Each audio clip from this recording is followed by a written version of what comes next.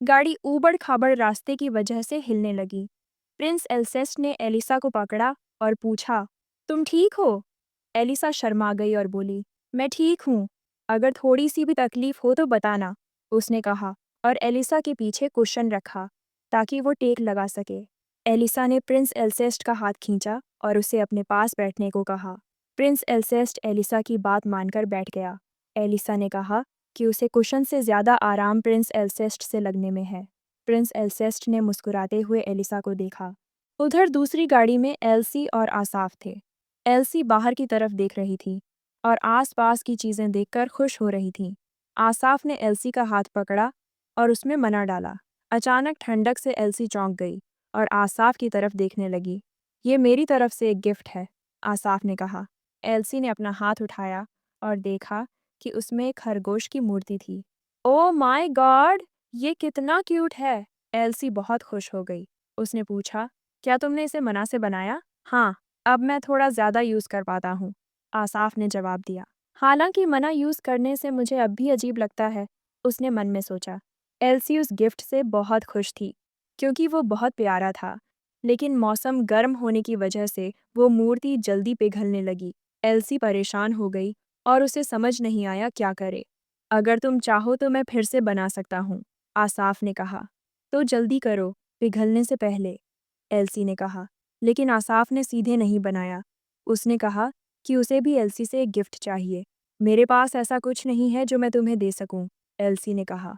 तो सोचो क्या हो सकता है, इससे पहले कि ये मूर्ति पिघल जाए, आसाफ ने कहा और एल्सी के पास झुक गया। एल्सी जो नहीं जानती थी कि क्या गिफ्ट दे, वो उसके करीब झुकी ताकि उसे किस कर सके। लेकिन इससे पहले कि वो ऐसा कर पाती, गाड़ी फिर से हिलने लगी और दोनों चौंक गए। आसाफ ने खिड़की से बाहर देखा कि क्या हो रहा है, तो देखा एक आग का गोला उनकी तरफ आ रहा था। आसाफ ने जल्दी से गाड़ी का दरवाज़ा लात मारकर खोला और एल्सी को उठाकर बाहर ले गया। आग का गोला उनसे टकराने ही वाला था, लेकिन आसाफ ने उन्हें बचा लिया। फिर उसने एल्सी की तरफ देखा और पूछा, तुम ठीक हो? हाँ, मैं ठीक हूँ, एल्सी ने कहा। ये सब क्या हो रहा है? एल्सी ने पूछा। आसाफ ने जलती हुई गाड़ी की तरफ देखा। उसे भी नहीं पता था ये किसने किया। फिर उसे किसी के चिल्लाने की आवाज़ आई। उसने मुड़कर देखा तो आलमोर भागता हुआ आ रहा था। उसके कपड़े फटे हुए थे और वो मदद मांग रहा था। तेरे पीछे क्या है? आसाफ चिल्लाया। मुझे नहीं पता। मुझे सच में नहीं पता वो क्या है, आलमोर चिल्लाया, क्योंकि वो चीज़ें बहुत दूर थीं, इसलिए आसाफ को कुछ दिख नहीं रहा था। असल में ऑलमोर के पीछे एक ग्रुप था, जादूगरों का। आसाफ ने एल्सी से कहा कि वो उसके पीछे रहे। वो ऑलमोर का पीछा कर रहे दुश्मन पर अटैक करने के लिए तैयार हो गया। जैसे ही ऑलमोर उनके करीब पहुंचा, आसाफ ने कहा, झुको। आसाफ ने अटैक किया। ऑलमोर ने जल्दी से सिर झुका लिया ताकि वार से बच सके। आसाफ का अटैक सीधा टारगेट पर लगा। ऑलमोर ने पीछे देखा और पाया कि जो उसका पीछा कर रहे थे, वो गायब हो गए थे। आसाफ ने अपने हाथ की सुन्नता और दर्द को झेला, जो मना इस्तेमाल करने से हुआ था। माय लॉर्ड, मुझे लगा तुम मुझे 2 टुकड़ों में काट दोगे, ऑलमोर ने मजाक में कहा और आसाफ के पास आया और वो उसे डांटता है। एल्सी जल्दी से आसाफ को बुलाती है। वो कहती है, सावधान रहो, और भी दुश्मन आ रहे हैं। आसाफ और ऑलमोर हैरान रह जाते हैं जब देखते हैं कि दुश्मनों की तादाद बढ़ती जा रही है। अगर जिंदा रहना है तो पीछे हट, आसाफ ने ऑलमोर से कहा और बोला, एल्सी का ध्यान रखना। मुझे लग रहा है कि इनकी गिनती ज्यादा हो गई है, या मैं ही गलत हूँ, ऑलमोर बोला, पीछे हटते हुए। आसाफ जो थोड़ी देर पहले एल्सी के साथ वक्त बिताना चाहता था, वो सब बर्बाद हो गया। अब उसके अंदर गुस्सा था, जो वो इन दुश्मनों पर निकालना चाहता था। उसने तलवार निकाली, जो मन्ना बचा था, उससे तलवार को और तेज किया, तुरंत हमला कर दिया, एक के बाद एक। लेकिन हर बार हमला करते हुए उसे अंदर से लग रहा था, ये कोई इंसान नहीं है। अब उसे पूरा यकीन हो गया, हमारा दुश्मन कोई आम इंसान नहीं, ये तो राक्षस है। एल्सी भी हालत देखकर कंफ्यूज हो गई। बुक में तो ऐसा कुछ नहीं था। तभी पीछे से एक राक्षस एल्सी पर अटैक करने आ गया। एल्सी की चीख सुनकर आसाफ चौंक गया। उसने फौरन पलटकर देखा और एल्सी को जमीन पर गिरते हुए देखा। एल्सी ने कहा, मैं ठीक हूँ, लेकिन उसकी नज़र अल्मोर पर गई, जो उस राक्षस का अटैक रोकने की कोशिश कर रहा था। उसे इस हालत में देखकर आसाफ चिल्लाया, अल्मोर, पीछे हट। आसाफ ने फिर जोरदार अटैक किया। उधर एल्सी अल्मोर के पास गई और उसे उठाया। मुझे लगता है किसी ने काट लिया। अल्मोर दर्द में चीखा। उसने अपना हाथ देखा, जल रहा था। हाथ जलते देख वो घबरा गया। आसाफ फौरन उसके पास आया और अपने मन्ना से उसका हाथ जमा दिया। तू मरेगा नहीं, रोना बंद कर, बच्चा मत बन, आसाफ ने कहा और अपनी कोट उतार दी। प्रिंस एल्सेस्ट से बोलना, वो तेरे जख्म को ठीक कर देगा। तब तक इसे ढंक के रख। उसने कोट ऑलमोर को दी ताकि वो हाथ छुपा सके। उधर एल्सी खड़ी होती है, लेकिन अब उसे एलिसा की टेंशन हो रही है। आसाफ उसे समझाता है, एलिसा सेफ है, वो प्रिंस एल्सेस्ट के साथ है। जब तक वो रोशनी वहाँ है, तब तक वो बिल्कुल ठीक रहेगी। आसाफ बोला, रोशनी की तरफ देखकर। लेकिन सबसे ज़रूरी बात, हमें यहाँ से निकलना है, क्योंकि दुश्मनों की गिनती रुकने की जगह और बढ़ रही थी। उधर प्रिंस एल्सेस्ट ने आखिरकार अपने सामने वाले दुश्मन को हरा दिया। एलिसा, अब नीचे आ सकती हो, उसने कहा और एलिसा को धीरे से नीचे उतारा। तभी एक राक्षस ने एलिसा की टांग पकड़ ली। एलिसा चौंकी, लेकिन बिना एक सेकंड लगाए उसने उस राक्षस को जोर से किक मारी। एल्सेस्ट ने देखा और मन ही मन सोचा, लगता है अब इसे उठाकर ले जाने की ज़रूरत नहीं है। एलिसा के इस एक्शन को देखकर वो थोड़ा मुस्कुराया। हम मुझे लगा था इसे बचाना पड़ेगा, पर ये तो उम्मीद से ज़्यादा तगड़ी निकली। पास खड़ा एक आदमी बोला जो काले कपड़ों में था। प्रिंस एल्सेस्ट उसकी आवाज़ सुनकर चौंका। जब उसने गौर से देखा तो उसे पहचान गया। काले कपड़ों में जो खड़ा था वो कोई और नहीं बल्कि प्रिंस लुडविग था। इस हादसे से एक दिन पहले वी का पैलेस, सम्राट का कमरा। प्रिंस लुडविग बाहर खड़ा था और जोर जोर से दरवाज़ा पीट रहा था। उसे जवाब चाहिए था। मैंने 20 साल तक सबसे ज़्यादा वफादारी की है, वो गुस्से में चिल्लाया। तो फिर अब मेरे साथ ये क्यों? उसे समझ ही नहीं आ रहा था कि सम्राट ने उस पर से भरोसा क्यों हटा लिया। अंदर से सम्राट ने बस एक लंबी सांस ली। उसके मन में बस यही चल रहा था, हर किसी को एक ना एक दिन इस रास्ते से गुजरना ही होता है। ये किस्मत है, एक ऐसी ताकत जिसे हम कमज़ोर इंसानों को बस झेलना पड़ता है। प्रिंस लुडविग ने पूछा, क्या ये सब प्रिंस एल्सेस्ट की वजह से हुआ है, जो अब वापस राजधानी आ गया है और अब उसकी कोई बात नहीं सुनी जा रही? राजा ने एक लंबी सांस ली। तू समझता ही नहीं लुडविग, तेरे पास ताकत है, लोग तुझसे जलते हैं, फिर भी तू अंदर से खुद को कम समझता है। देख लेना, मैं अब चुप नहीं बैठूंगा, लुडविग चिल्लाया और गुस्से में वहां से चला गया। रास्ते में उसे किसी की हंसी सुनाई दी। तू तो बस एक यूज होकर फेंका गया बेचारा है, किसी ने कहा। लुडविग ने पीछे पलटकर देखा। सामने एक आदमी था, काले कपड़ों में। वो था जैकलियन। मेरे पास वो है जो तू चाहता है और तेरे पास वो है जो मुझे चाहिए, जैकलियन बोला। उसने लुडविग को एक डील ऑफर की। मैं तुझे ऐसी ताकत दूंगा जिससे कोई तुझे हरा नहीं पाएगा, बस एक शर्त पर, तू मेरी मदद करेगा। एल्सेस्ट ने लुडविग की तरफ देखा। तूने ऐसा क्यों किया? लुडविग कुछ नहीं बोला, बस तलवार निकाली और अटैक की तैयारी कर ली। हमेशा से तू ही प्रॉब्लम रहा है, काश तू कभी होता ही नहीं, लुडविग बोला। वो सच में एल्सेस्ट को मारना चाहता था। एल्सेस्ट ने एलिसा की तरफ देखा। जो भी हो, पास मत आना। एलिसा थोड़ा डरी, लेकिन पीछे हट गई। सावधान रहना। एलिसा को हटते देख लुडविग ने तलवार उठाई और सीधे एल्सेस्ट पर हमला किया। तू पागल हो गया है, होश में आ, एल्सेस्ट चिल्लाया। पर लुडविग ने कुछ नहीं सुना, बार बार वार करता रहा। जब एल्सेस्ट को लगा कि लुडविग अब कुछ भी नहीं समझेगा, उसने जोर से एक मुक्का लुडविग के सीने पर मारा। मुक्के की ताकत और उसके मुंह से खून निकलने लगा। फिर उसने तलवार लुडविग की तरफ तानी। क्या तू एक प्रिंस होकर भी भगवान को धोखा दे आया? क्या तूने अपनी रूह शैतान को बेच दी? लुडविग चिल्लाया। मुझे मत घूर, तुझे क्या पता जब तुझे सब कुछ फ्री में मिला है। वो फिर से हमला करने भागा। एल्सेस ने उसे देखा और सोचा, कितना गिर गया है ये। उधर आसाफ ने आखिरकार दुश्मनों को हरा ही दिया। लगता है अब सब खत्म हो गया, वो हाँफते हुए बोला। एल्सी और अल्मोर उसके पास दौड़े। आसाफ, मैं अभी भी मन्ना की वजह से ठंडा महसूस कर रहा हूँ, टच मत करना, आसाफ बोला। जब देखा एल्सी उसके पास आ रही है, पर एल्सी ने उसकी बात नहीं मानी। वो पास आई और उसके चेहरे के जख्म को छू लिया। आसाफ नहीं चाहता था कि वो परेशान हो, इसलिए बोला, मैं ठीक हूँ, अब सबसे ज़रूरी है कि हम तेरी बहन को ढूंढें।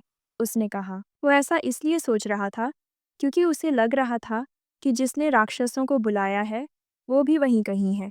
एल्सी ने हाँ में सिर हिलाया। वो अब भी कांप रही थी, आसाफ के मन्ना की ठंड से। उसे कांपते देख आसाफ ने ऑलमोर को बुलाया। अपनी जैकेट दे दे। एल्सी ने रोका। ऑलमोर खुद भी घायल है। लेकिन ऑलमोर ने फिर भी मुस्कुराकर जैकेट उतार दी। चोट लगी थी पर उसने कुछ नहीं कहा। आसाफ ने जैकेट एल्सी को पहनाई, फिर मुस्कुराया और बोला, चलो अब एलिसा को ढूंढते हैं।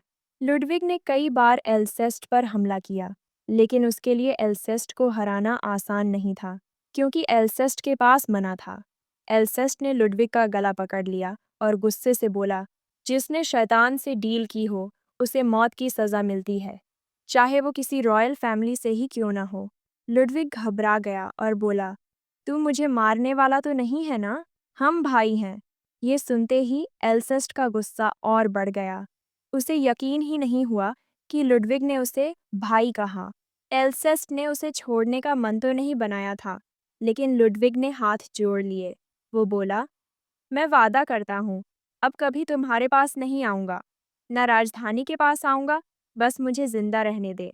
एल्सेस्ट ने उसे छोड़ तो दिया, पर बोला, तू शैतान से डील कर चुका है, अब तुझे जिंदगी भर देवी का श्राप झेलना होगा। फिर एल्सेस्ट ने सख्त लहजे में कहा, अब यहाँ से चला जा और फिर कभी अपनी शक्ल मत दिखाना। लुडविग ने सिर हिलाया जैसे मान गया हो, लेकिन जैसे ही एल्सेस्ट मुड़ा, लुडविग ने अपनी बांह से चुपके से एक चाकू निकाला। उसने मौका देखकर एल्सेस्ट पर पीछे से हमला करने की कोशिश की। अलिसा ने सामने से देखा कि लुडविग ने एल्सेस्ट पर पीछे से वार करने की कोशिश की। वो चिल्लाई, एल्सेस्ट, पीछे देखो! एल्सेस्ट पलटा और हाथ से लुडविग का हमला रोक लिया। लुडविग की आंखों में हैरानी थी। उसे उम्मीद नहीं थी कि एल्सेस्ट उसका वार रोक लेगा। एल्सेस्ट ने गुस्से में कहा, मुझे तुझ पर जो दया आई थी, वो बेकार चली गई। उसने लुडविग का हाथ पकड़कर तलवार घुमा दी। लुडविग ने बचने की कोशिश की, लेकिन एल्सेस्ट ने दूसरा मौका नहीं दिया और उसकी तलवार सीधी लुडविग को लगी। इस वार ने लुडविग की कहानी खत्म कर दी। एल्सेस्ट की तरफ दौड़ती हुई एलिसा ने उसे गले लगा लिया। वो रो रही थी। उसे डर लग रहा था कि कहीं एल्सेस्ट को कुछ हो गया हो। उसने एल्सेस्ट को कसकर पकड़ लिया। उधर आसाफ, एल्सी और ऑलमोर अभी भी एलिसा और एल्सेस्ट को ढूंढ रहे थे। आसाफ ने आसपास देखा और जमीन पर बिखरे बॉक्स देखे। लगता है वो लोग यहीं कहीं होंगे, उसने कहा। उधर देखो, एल्सी ने सामने इशारा किया। एलिसा, एल्सी चिल्लाई और दौड़ पड़ी। जैसे ही वो एलिसा तक पहुंची, उसने उसे गले से लगा लिया। उसे लगा जैसे उसकी जान में जान आ गई हो, एलिसा को सही सलामत देखकर। आसाफ एल्सेस्ट के पास पहुंचा और पूछा, तू ठीक है ना? एल्सेस्ट ने जवाब दिया, मैं बिल्कुल ठीक हूँ, और अपना जख्मी हाथ दिखाया। आसाफ ने एल्सेस्ट के पीछे देखा। वहां किसी की बॉडी पड़ी थी, जिसे वो पहचानता था। उसने पूछा, ये क्या हुआ और वो बॉडी किसकी है? एल्सेस्ट ने कहा कि वो लुडविग था। उसने बताया कि लुडविग ने उसे मारने के लिए शैतान से सौदा किया था। फिर उसने माफ़ी मांगी कि उसकी वजह से सबको खतरे में डाला। आसाफ ने सिर हिलाया और कहा, हमें तुम्हारे फैमिली ड्रामे में नहीं पड़ना, बस इस जगह को साफ कर दो। एल्सेस्ट ने कहा कि उसे आसाफ से एक ज़रूरी बात करनी है। तभी किसी की आवाज़ आई, प्रिंस एल्सेस्ट। आसाफ और एल्सेस्ट उस आवाज़ की तरफ मुड़े और उन्होंने देखा कि दो जुड़वां घोड़े पर उनकी तरफ आ रहे हैं। एल्सी ने उन्हें देखा और पहचान लिया, क्योंकि ये वही थे जिन्हें एल्सी और आसाफ ने हराया था। जुड़वां घोड़े से उतरे और प्रिंस एल्सेस्ट को सलाम किया। एल्सेस्ट उन्हें देखकर खुश हुआ। वो उसके नाइट्स थे, एंजेला और ह्यूई। आराम से रहो, यहाँ कैसे आना हुआ? एल्सेस्ट ने पूछा। ह्यूई ने कहा कि वो लोग लुडविग का पीछा कर रहे थे। ह्यूई, किसी प्रिंस के बारे में ऐसे मत बोलो, एंजेला ने टोका। ह्यूई सीधा खड़ा हुआ और माफ़ी मांगी, लेकिन उसे पता था कि जो उसने कहा वो गलत नहीं था, क्योंकि अब लुडविग प्रिंस नहीं रहा। उसका पद छिन चुका था। इसका मतलब सबको पता चल गया कि वो क्या बन गया था, एसाफ ने पूछा, लुडविग की डेड बॉडी की तरफ देखते हुए। ह्यूई और एंजेला ने भी उसी तरफ देखा और चौंक गए। एल्सेस्ट ने उन्हें शांत रहने को कहा और पूछा कि पैलेस में क्या हुआ। एंजेला ने बताया कि पैलेस में एक जादूगर के बचे हुए निशान मिले थे। एक प्रीस्ट ने भी गवाही दी थी कि वहाँ कोई बुरी एनर्जी थी। तुम लोगों ने प्रिंस का पैलेस सर्च किया? एल्सेस्ट ने हैरान होकर पूछा, क्योंकि उसने ऐसा कोई ऑर्डर नहीं दिया था। ये लंबी कहानी है, लेकिन प्रिंस के एक नौकर के गायब होने का केस था, एंजेला ने बताया। उन्होंने पता लगाया कि वो नौकर एक वॉरलॉक था। उसे ट्रैक करते हुए पता चला कि वो लुडविग के साथ मिलकर काम कर रहा था। क्या ये किसी प्रिंस की जांच करने की सही वजह है? एसाफ ने पूछा, क्योंकि वो जानता था कि किसी प्रिंस की जांच करना इतना आसान नहीं होता। ये जितना सुनने में आसान लग रहा है, उतना नहीं है, एंजेला ने बताया। राजधानी इस समय एक वॉरलॉक की वजह से फैले डर और तबाही से हिली हुई है, एंजेला ने बताया। ये सब सुनने के बाद एल्सेस्ट अब और इंतज़ार नहीं करना चाहता था। मैं रास्ते में डिटेल्स सुन लूँगा, उसने कहा। रास्ते में एंजेला ने एल्सेस्ट को बताया कि 2 दिन पहले राजधानी में कई लोगों की हत्या हुई थी, जिनके पास सील था। एक ही रात में 10 से ज़्यादा लोग मारे गए, एंजेला ने कहा। उनकी उम्र और स्टेटस अलग-अलग था, लेकिन एक बात कॉमन थी, वो सब सील बेरर थे। एल्सी ये सुनकर चौंक गई। एंजेला ने बताया कि जो लोग मारे गए, उनकी बॉडी बुरी तरह से काटी गई थी और किसी की बॉडी पर सील नहीं था। एसाफ को एल्सेस्ट की वो बात याद आई, जो उसने पिछली रात कही थी, कैसे जैकलियन अपने विक्टिम्स को मारता है। उसे पूरा यकीन हो गया कि ये जैकलियन का ही काम था। सील ये दिखाता है कि गॉड हमारे साथ है, एल्सेस्ट ने कहा। इतने सारे लोग एक ही रात में ऐसे मरे, तो जाहिर है लोग डरेंगे, एल्सेस्ट ने बोला। सील बेरर्स की हिफाजत के लिए गार्ड्स की संख्या बढ़ा दी गई है। जो अफवाहें फैल रही हैं, वो बहुत डरावनी हैं और अब वॉरलॉक्स के खिलाफ नफरत बढ़ रही है, एंजेला ने एल्सेस्ट को बताया। एंजेला की बात सुनकर एसाफ को लगा कि इसमें कुछ तो अजीब है। उसे समझ नहीं आया कि ये रूमर इतना तेजी से फैला कैसे, जब तक किसी ने जानबूझकर इसे नहीं फैलाया हो। इधर अमीर लोगों का प्रेशर बढ़ रहा था कि जल्द से जल्द कल्प्रिट को पकड़ा जाए, तो एम्परर को मजबूरी में प्रिंस लुडविग की ट्रायल की इजाज़त देनी पड़ी। लेकिन उसी टाइम प्रिंस लुडविग गायब हो गया, तो एंजेला और ह्यूई को उसे ढूंढना पड़ा।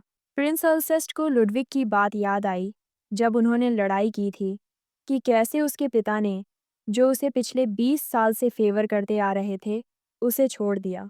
ऑल्सेस्ट ने कभी नहीं सोचा था कि लुडविग उसे इसके लिए ब्लेम करेगा। वैसे योर हाइनेस, आपका हाथ ठीक है ना? ये तो काफ़ी सीरियस लग रहा है, एंजेला ने एल्सेस्ट से पूछा। एल्सेस्ट ने अपने हाथ की तरफ देखा और बोला, मैं ठीक हूँ। ये घाव बिना माना के भी जल्दी ठीक हो जाएगा। तभी एलिसा ने पीछे से एल्सेस्ट को पिंच किया और बोली, ठीक नहीं है। वो जोर से चिल्लाई, आप हर्ट थे, फिर भी आपने ज़रूरत से ज़्यादा कर दिया और सारी ज़मीन को प्यूरिफाई कर दिया। एलिसा चाहती थी कि वो डॉक्टर को दिखाएं। वो सही कह रही है, एंजेला ने कहा। उसने बताया कि वो लोग एक विलेज के काफ़ी पास पहुंच चुके हैं। वहां रुककर सप्लाईज और दवाइयाँ ले सकते हैं। एलिसा इस बात से एग्री कर गई, क्योंकि मॉन्स्टर के अटैक की वजह से सब थक चुके थे। थोड़ा रेस्ट करना कई तरीकों से अच्छा रहेगा, है ना? एलिसा ने कहा, और प्रिंस एल्सेस्ट की पीठ थपथपाते हुए उसे मनाने लगी। एल्सेस्ट को एलिसा की बात माननी पड़ी। ठीक है, ऐसा करते हैं, उसने कहा। जब तक आप रेस्ट करोगे, हम बाकी सामान ले आते हैं, एंजेला ने कहा। थोड़ी ही देर में वो लोग विलेज पहुंच गए। जब सबको पता चला कि वो लोग उसी विलेज में रेस्ट करने वाले हैं, एंजेला एक जगह ढूंढने जा रही थी जहां वो लोग आराम कर सकें, लेकिन एल्सी ने उसे रोक लिया। रुको, एल्सी ने कहा और एंजेला को रोक दिया। क्या कुछ प्रॉब्लम है? एंजेला ने पूछा। क्या इस इंसिडेंट को कोई ऑफिशियल नाम दिया गया है? एल्सी ने पूछा। नहीं, अभी तक ऑफिशियली अनाउंस नहीं हुआ है, लेकिन हम लोग इसे सील हंटिंग कह रहे हैं। एल्सी को ये नाम सुनकर हैरानी हुई, क्योंकि सील हंटिंग तो उस नॉवल का दूसरा चैप्टर था, लेकिन उसने वो चैप्टर पढ़ा नहीं था।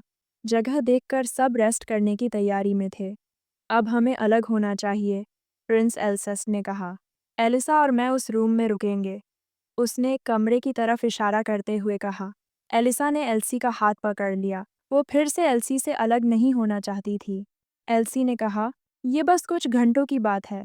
वो नहीं चाहती थी कि एलिसा प्रिंस एल्सेस्ट को परेशान करे। हाँ, सही कह रही हो।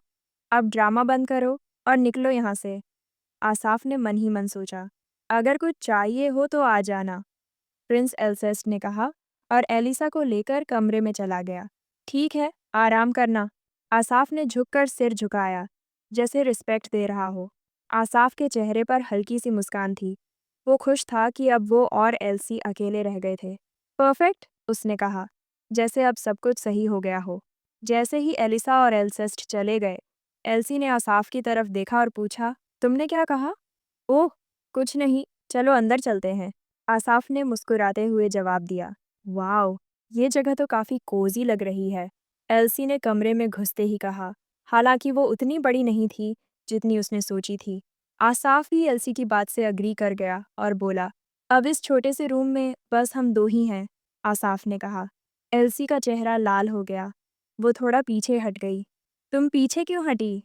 आसाफ ने पूछा। तुम थोड़ी डेंजरस लग रहे हो, एल्सी बोली और पीछे हटती रही।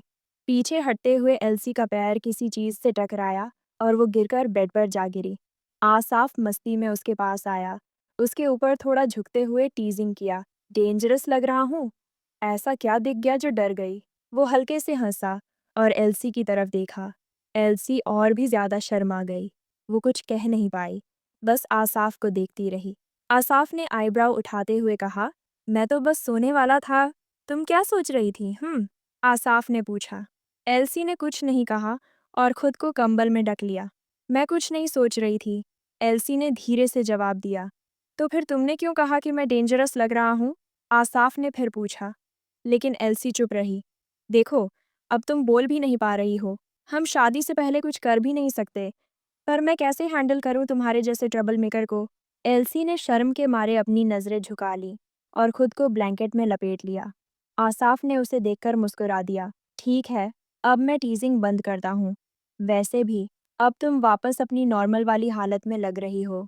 तुम्हारा एक्सप्रेशन काफी टाइम से भारी लग रहा था, इसलिए मैं थोड़ा परेशान था, उसने कहा। कुछ परेशानी है क्या?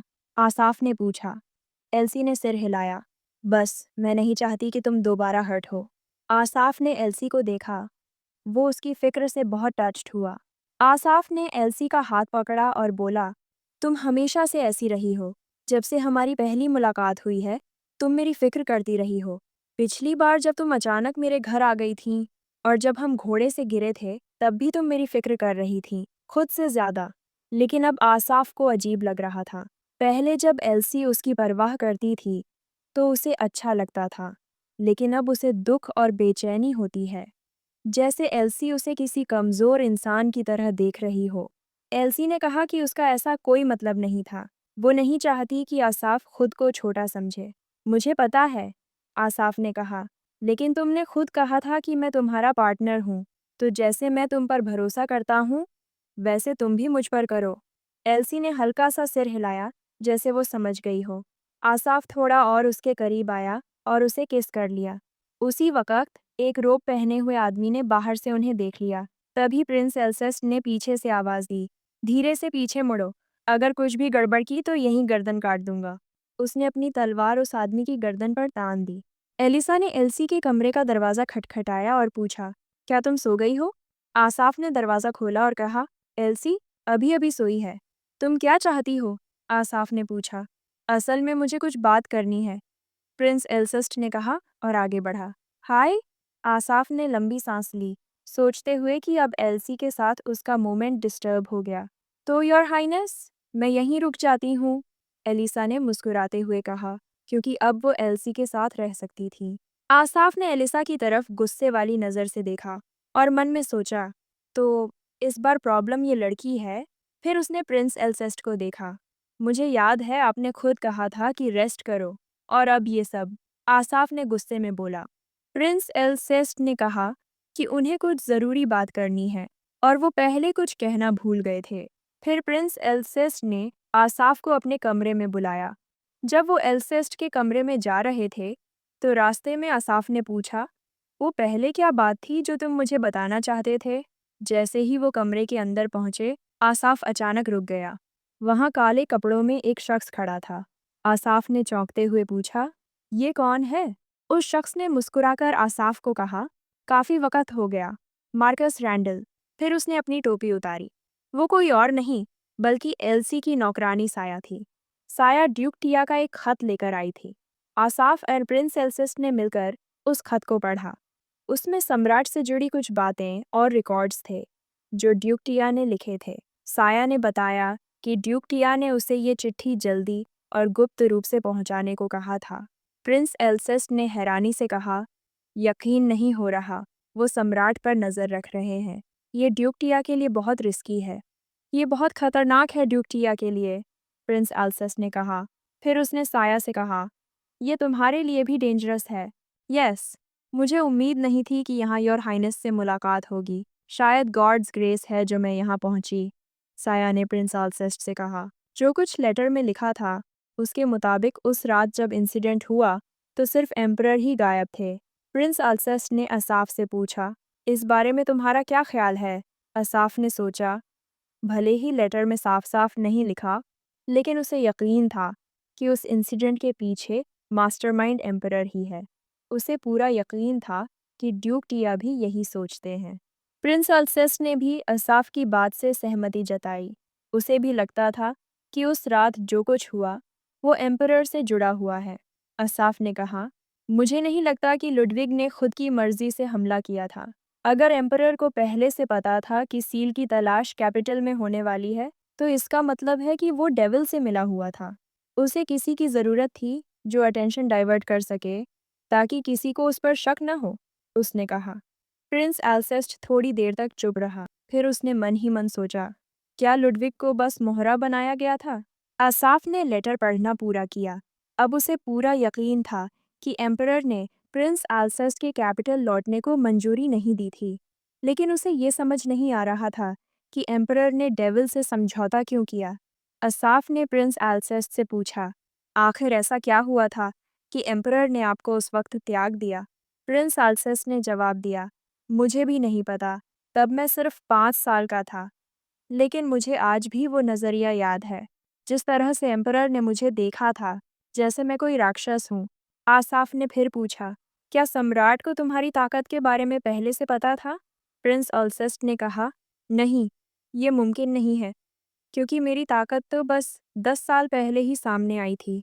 आसाफ ने पूछा, लेकिन तुमने तो कहा था कि ये तोहफा तुम्हारे अंदर जन्म से ही था। प्रिंस अल्सेस्ट थोड़ा सोचते हुए बोला, शायद यही वजह रही हो कि सम्राट ने मुझे छोड़ दिया। लेकिन अगर यही वजह थी, तो उसने मुझे मार क्यों नहीं दिया? क्योंकि मैं उसका बेटा था, प्रिंस अल्सेस्ट ने खुद ही जवाब दिया। आसाफ मन ही मन सोचने लगा, नहीं, बेटा होने के बावजूद भी वो तुम्हें मार सकता था। आसाफ को वो हादसा याद आ गया, जो उसके परिवार के साथ हुआ था। उसकी माँ, जो एक बच्चे को लेकर घर लौटी थी, लेकिन वो सब एक दुखद अंत में बदल गया था। शायद वो सब भी सम्राट की वजह से हुआ हो। तुम ठीक हो? प्रिंस अल्सेस्ट ने पूछा। जब आसाफ अचानक चुप हो गया, आसाफ ने अल्सेस्ट की ओर देखा और धीमी आवाज में कहा, आखिर में तुम और आखिर में तुम और मैं शायद एक जैसे ही हैं। आसाफ ने कहा, हमें उन लोगों ने ठुकरा दिया जिन पर हमें सबसे ज्यादा भरोसा था, जिनसे हमें सबसे ज्यादा प्यार मिलना चाहिए था। अल्सेस्ट कुछ नहीं बोला, बस चुपचाप आसाफ को देखता रहा। कुछ पल की खामोशी के बाद आसाफ ने फिर कहा, लेकिन अब जब सच्चाई सामने आ रही है, हम सिर्फ मूक दर्शक बनकर नहीं रह सकते, हमें कुछ करना होगा। और वो बच्चा दोनों उस अभागे सम्राट की मर्जी के रहमोकरम पर थे। आसाफ ने मन ही मन सोचा। आसाफ ने कहा, हमें सबूत चाहिए। हमें सबूत चाहिए कि सम्राट शैतान से मिला हुआ है, ताकि हम उसे गिरा सकें। प्रिंस एल्सेस्ट ने सहमति जताई। फिर उसने अपनी जेब से एक छोटी सी शीशी निकाली। आसाफ को हैरानी हुई जब उसने देखा कि उसमें बैंगनी रंग का तरल था। उसने पूछा, क्या ये अनीशा की जड़ से बना जहर है? प्रिंस एल्सेस्ट ने कहा कि उसे ये लुडविग से मिला था। प्रिंस एल्सेस्ट की योजना थी कि उस रात वो ये जहर सम्राट के खिलाफ इस्तेमाल करेगा। एल्सी ने खुद को शांत करने के लिए नहाया। उसे अब कुछ समझ नहीं आ रहा था कि क्या चल रहा है। उसे अफसोस हो रहा था कि उसने वो नॉवेल पूरा नहीं पढ़ा। अगर वो पूरा पढ़ लेती, तो शायद उसे कोई सुराग मिल जाता। नहाने के बाद एल्सी अपने कमरे में लौटी और देखा कि एलिसा अब तक नहीं जागी थी। वैसे एलिसा कब आई और कब सो गई? एल्सी ने कहा, वो दिखाती नहीं है, लेकिन ज़रूर बहुत थक गई होगी, एल्सी ने कहा और कंबल खींचकर एलिसा को ढक दिया। फिर एल्सी ने दरवाजे की तरफ देखा जब उसे दस्तक सुनाई दी। उसने जल्दी से दरवाज़ा खोला, सोचते हुए कि शायद आसाफ आया है। लेकिन सामने प्रिंस एल्सेस्ट था। प्रिंस एल्सेस्ट ने पूछा, क्या मैं अंदर आ सकता हूँ? एल्सी ने उन्हें कमरे में आने दिया और कहा कि एलिसा अब तक नहीं जागी है। प्रिंस एल्सेस्ट ने कहा, उसे उठाने की ज़रूरत नहीं है। मैं राजधानी के लिए निकल रहा हूँ, उसके जागने से पहले। शायद मैं उससे कुछ समय के लिए ना मिल पाऊँ। बाकी बातों की जानकारी तुम्हें असाफ दे देगा, प्रिंस एल्सेस्ट ने कहा। जाने से पहले उसने एल्सी और आसाफ को खतरे में डालने के लिए माफ़ी मांगी। एल्सी ने कहा, यह आपकी गलती नहीं है। आपको माफ़ी मांगने की ज़रूरत नहीं, बस अपना ध्यान रखना। प्रिंस एल्सेस्ट ने सिर हिलाकर उसकी बात को समझा और चला गया। इधर साया, जो आसाफ का पत्र लेकर आई थी, ड्यूक टिया के महल के पास पहुंच गई थी। ड्यूक टिया, जो शाम की शराब का आनंद ले रहे थे, साया को अचानक देखकर चौंक गए। साया ने उन्हें बताया कि वो आसाफ का पत्र लाई है। ठीक है, उसने क्या कहा? ड्यूक टिया ने पूछा। साया ने चिंतित चेहरे से कहा, एलिसा के साथ कुछ हो गया था, साया ने बोला। एलिसा की बात सुनकर ड्यूक टिया इतने परेशान हुए कि उनके हाथ से गिलास गिर गया। कुछ घंटे पहले उसी समय प्रिंस एल्सेस्ट और आसाफ अपने प्लान पर चर्चा कर रहे थे, लेकिन प्रिंस एल्सेस्ट ने आसाफ के उस आइडिया का विरोध किया जिसमें वो एलिसा को जहर देने की बात कर रहा था। आसाफ ने कहा, हमें सिर्फ किसी एक इंसान को इस्तेमाल करना है, लेकिन प्रिंस एल्सेस्ट फिर भी राजी नहीं हुआ। आसाफ ने थोड़ा गंभीर होकर कहा, तो फिर क्या हम बारी बारी से करेंगे? प्रिंस एल्सेस्ट चुप रहा। उसने कुछ नहीं कहा। उसे एहसास हो गया कि शायद एसफ की बात में सच्चाई है। एसफ ने वादा किया कि वो ड्यूक टिया का ध्यान रखेगा और प्रिंस एल्सेस्ट से कहा, तुम तुरंत राजधानी निकल जाओ। तुम्हें सिर्फ एलिसा नहीं, औरों की भी रक्षा करनी है। कैपिटल में सील होल्डर्स फैले हुए हैं और यही तुम्हारा आइडिया था कि हम 2 हिस्सों में बंट जाएं। प्रिंस एल्सेस्ट इस बात से परेशान था कि बाद में ड्यूक टिया को कैसे संभालेगा। असाफ ने कहा, वो बात बाद में देखेंगे। अभी हमें लोगों के बीच अपना असर बढ़ाना है। अगर लोगों को ये खबर मिलती है कि तुम सील होल्डर्स की रक्षा कर रहे हो, तो हमारी तरफ झुकाव बढ़ेगा। असाफ ने प्रिंस एल्सेस्ट को घूरते हुए कहा, क्या तुम एलिसा की वजह से पीछे हट रहे हो? प्रिंस एल्सेस्ट ने कोई जवाब नहीं दिया। असफ खड़ा हो गया और उसने साया को वो खत दिया जो उसने लिखा था। उसे पता था कि साया की एल्सी से अब तक मुलाकात नहीं हुई, लेकिन वो चाहता था कि खत तुरंत ड्यूक टिया तक पहुंचाया जाए। असफ ने कहा, तुम जानती हो ना क्या करना है? साया ने सिर हिलाकर हाँ में जवाब दिया। असाफ ने प्रिंस एल्सेस्ट की ओर देखा और कहा, अब चलो, कैपिटल जाकर सील को शुद्ध करो। प्रिंस एल्सेस्ट मन ही मन सोच रहा था, ये चालाक इंसान। अब समझ आया एलिसा इसे पसंद क्यों नहीं करती। उसी वक्त एंजेला ने प्रिंस एल्सेस्ट से कहा, योर हाइनेस, हमें अब अलग रास्ता लेना होगा। एंजेला ने कहा, सावधानी से रहिए। एलिसा के पैरालिसिस की खबर शहर में फैला दी। प्रिंस एल्सेस्ट ने ट्विंस ह्यूई और एंजेला को ये बात बताई। दोनों ने सिर हिलाकर हामी भरी और वहां से चले गए। कुछ ही देर बाद प्रिंस एल्सेस्ट राजधानी पहुंच गया। राजधानी में सम्राट अपनी कुर्सी पर बैठे थे। उनकी आंखों में साफ तनाव दिख रहा था, क्योंकि खबर आई थी कि प्रिंस ऑल्सेस्ट वापस राजधानी आ रहा है। वो लड़का फिर लौट आया। वह कुर्सी पर हाथ मारते हुए बोले, गुस्सा कम करो, शैतान ने शांत स्वर में कहा। सम्राट भड़क गया। इतने समय से तुम कर क्या रहे थे? शैतान बोला, तुम ही तो उसे बार बार याद करते हो। अब कह रहे हो कि तुम्हारे पास कोई विकल्प नहीं था। ये सब बहाना है। फिर उसने पूछा, क्या वो तुम्हारी सिल्विया वाली पुरानी कहानी का हिस्सा नहीं था? सिर्फ उसका नाम सुनते ही सम्राट सख्त होकर बोले, चुप रहो। शैतान बोला, क्या तुमने कभी सही मायने में उसे रोकने की कोशिश की? मुझे तो लगता है तुम में वो हिम्मत ही नहीं। सम्राट बोला, मैं भी तो यही पूछ रहा हूँ, तुमने क्या किया? शैतान 20 सालों से अल्सेस्ट को देख रहा था, लेकिन उसने कोई कदम नहीं उठाया। मैं उसे क्यों रोकूं? हमारा कोई समझौता नहीं, उसने कहा। मैं तुम्हारी इच्छाएं क्यों पूरी करूं? सम्राट गुस्से से बोला, अगर किसी चीज़ से मुझे नफरत है तो वो तुम हो, जेकिलियन। जेकिलियन हल्का सा हंसा। मुझे इंसानी कमजोरियां बहुत दिलचस्प लगती हैं। धीरे धीरे ये साफ हुआ कि सम्राट और जेकिलियन काफी समय से एक गुप्त गठबंधन में थे। अपने लालच को भूले तो नहीं? जेकिलियन बोला, उसी ने तुम्हें मेरे पास खींचा था। सालों पहले एक लड़की थी, सिल्विया। वो बेहद खूबसूरत थी और उसकी मौजूदगी ने सम्राट को बहुत प्रभावित किया था। लेकिन सिल्विया किसी और से प्यार करती थी और ये बात सम्राट को स्वीकार नहीं थी। एक दिन उसने उसे रोक लिया ताकि वह उससे दूर न जा सके। सिल्विया परेशान थी, अपने पुराने वादे की बात कर रही थी। मैं किसी और के साथ भविष्य की योजना बना चुकी हूँ, वह कह रही थी। लेकिन सम्राट ने उसकी बात नज़रअंदाज करते हुए कहा, आज से तुम इस देश की रानी बनोगी, तुम्हारा नाम इतिहास में रहेगा। गुस्से में उसने सिल्विया से पूछा, क्या तुम्हारा बचपन का वादा यहाँ की पूरी शान शौकत से भी ज़्यादा अहम है? सिल्विया सिर्फ अपनी बात दोहराती रही कि किसी को नुकसान न पहुंचाया जाए। सम्राट ने कहा, सब कुछ तुम्हारे निर्णय पर निर्भर है। सम्राट कुछ कहने ही वाले थे कि उन्होंने सिल्विया की गर्दन पर बना सील देखा। ये क्या है? वह हैरान होकर बोले। उसी पल उन्होंने सिल्विया के प्रिय व्यक्ति को पकड़वा लिया और उसे खत्म करवा दिया। उन्हें लगा कि ऐसा करने से सब कुछ उनके नियंत्रण में आ जाएगा। उन्हें लगता था कि अब हवा पूरी तरह उनकी मर्जी से चलेगी। लेकिन सिल्विया का दिल फिर भी नहीं बदला। कुछ समय बाद उसने एक नवजात बच्चे को देखा और उसके मन में संदेह और डर पैदा हुआ कि कहीं यह अतीत की कोई परछाई न हो। वह बच्चे के पास जाने लगा। सम्राट धीरे धीरे बच्चे की तरफ बढ़े, मन में पुराने डर और अधूरे फैसले लिए हुए। तभी दरवाज़ा खुला। सिल्विया दौड़कर आई और बच्चे को अपनी बाहों में ले लिया। कृपया उससे दूर रहो, सिल्विया ने घबराई आवाज़ में कहा। सम्राट बोले, वो मेरे रास्ते का हिस्सा है। जेकिलियन पीछे खड़ा था और ऐसा लग रहा था जैसे वह हालात को देखकर मुस्कुरा रहा हो। सिल्विया ने बच्चे को कसकर पकड़ते हुए कहा, अगर तुमने उसे छूने की कोशिश की तो मैं ऐसी स्थिति में चली जाऊंगी जिससे वापस आना मेरे लिए मुश्किल होगा।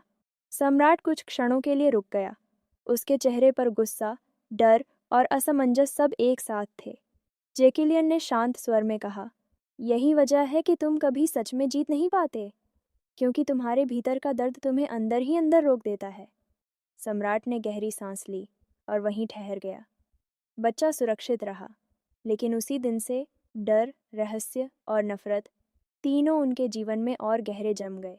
जेकिलियन ने धीमी आवाज में कहा, हाँ, तुम जानते हो कि अतीत में क्या हुआ था। सम्राट नीचे बैठ गया, अपनी गलतियां याद करते हुए। वह सिल्विया का नाम बार बार ले रहा था। तभी दरवाज़ा खुला और प्रिंस ऑल्सेस्ट अंदर आ गया। उधर ड्यूक टिया के महल में आसाफ का संदेश मिलते ही ड्यूक टियाडा जल्दी से बाहर आए जहां आसाफ पहुंचा था। ड्यूक टिया ने अलीसा को बेहद कमज़ोर हालत में देखा और घबरा गए। उन्होंने हड़बड़ाते हुए पूछा, ये कैसे हुआ? मेरी बेटी को क्या हो गया? आसाफ ने भारी आवाज़ में कहा, मैंने पूरी कोशिश की, लेकिन मैं उसे संभाल नहीं पाया। ड्यूक सदमे में थे और गुस्से में उन्होंने आसाफा को थप्पड़ मार दिया। सभी लोग चुप रह गए। एल्सी आगे बढ़कर उन्हें शांत करने की कोशिश करने लगी, लेकिन ड्यूक टियाडा उन्हें नज़रअंदाज करते हुए बोले, मुझे जाने दो, अभी मुझसे बात मत करो। ड्यूक टिया आसाफर पर भड़के, तुमने कहा था कि तुम मेरे बच्चों का हर हाल में ध्यान रखोगे, और अब ये सब। आसाफ चुप खड़ा रहा, शर्मिंदा और दुखी। ड्यूक टिया अलीसा को पकड़कर प्रिंस अल्सेस्ट को दोष देने लगे, जो उस समय वहां नहीं था। आसाफ ने धीरे से बताया, प्रिंस महल जा रहे हैं। उन्होंने कहा था कि सुबह होते ही लौटेंगे, लेकिन ड्यूक टिया बोले, बस, अब मैं तुम पर भरोसा नहीं कर सकता और मैं अपने बच्चों को तुम्हारी जिम्मेदारी में नहीं छोड़ूंगा। वह वहां से चले गए और एल्सी भी उनके आदेश पर साया को लेकर चली गई। आसाफ बस खड़ा रह गया, चुप और टूटे हुए मन से। राजधानी में प्रिंस अल्सेस्ट को देखकर सम्राट को एक पुराना दिन याद आया। तब छोटा अल्सेस्ट रोते हुए उनसे पूछ रहा था, आप मुझे क्यों भेज रहे हैं? मैं आपका बेटा हूँ। लेकिन सम्राट उस समय बहुत कठोर थे। उन्होंने उसे दूर भेजते हुए कहा था कि वह उसे नहीं देखना चाहते। वह छोटा बच्चा उस समय कुछ कर नहीं सका, बस रोता रहा। और अब वही बच्चा बड़ा होकर फिर वापस आ गया था। इससे सम्राट को अपने पद और शक्ति के लिए डर महसूस हुआ। सम्राट ने ठंडी आवाज में कहा, मैंने तुम्हें दूर भेजा था, पर तुम फिर लौट आए। जेकिलियन ने धीरे से सम्राट को याद दिलाया, आदमी तुम्हारी शक्ति और सम्मान को चुनौती दे सकता है। ये सब अतीत की उसी कहानी की कीमत है। प्रिंस अल्सेस्ट ने जेब से एक छोटा सा चाकू नुमा औजार निकाला। उसकी पकड़ मजबूत थी, जैसे वह कोई बड़ा फैसला लेने वाला हो। प्रिंस अल्सेस्ट ने खंजर निकालकर सम्राट की ओर फेंका। ये लुडविग है। इसने अपनी रूह शैतान को बेच दी थी। क्या आपको पता था? अल्सेस्ट ने सम्राट से पूछा। सम्राट ने ऐसे दिखाया जैसे उसे कुछ पता ही न हो। क्या इसी वजह से लुडविग को मारा गया? उसने पूछा। जो शैतान को अपनी रूह बेच देता है, उसे वहीं उसी वक्त खत्म किया जाता है। मैं तो बस कानून का पालन कर रहा था, अल्सेस्ट ने कहा। सम्राट ने ठंडे स्वर में कहा, कानून की बात? तुम इतने बड़े हो गए कि मुझसे ही कानून की बात कर रहे हो? अल्सेस्ट ने ठंडी नज़र से पूछा। आपको सच में इसके बारे में कुछ पता नहीं महाराज।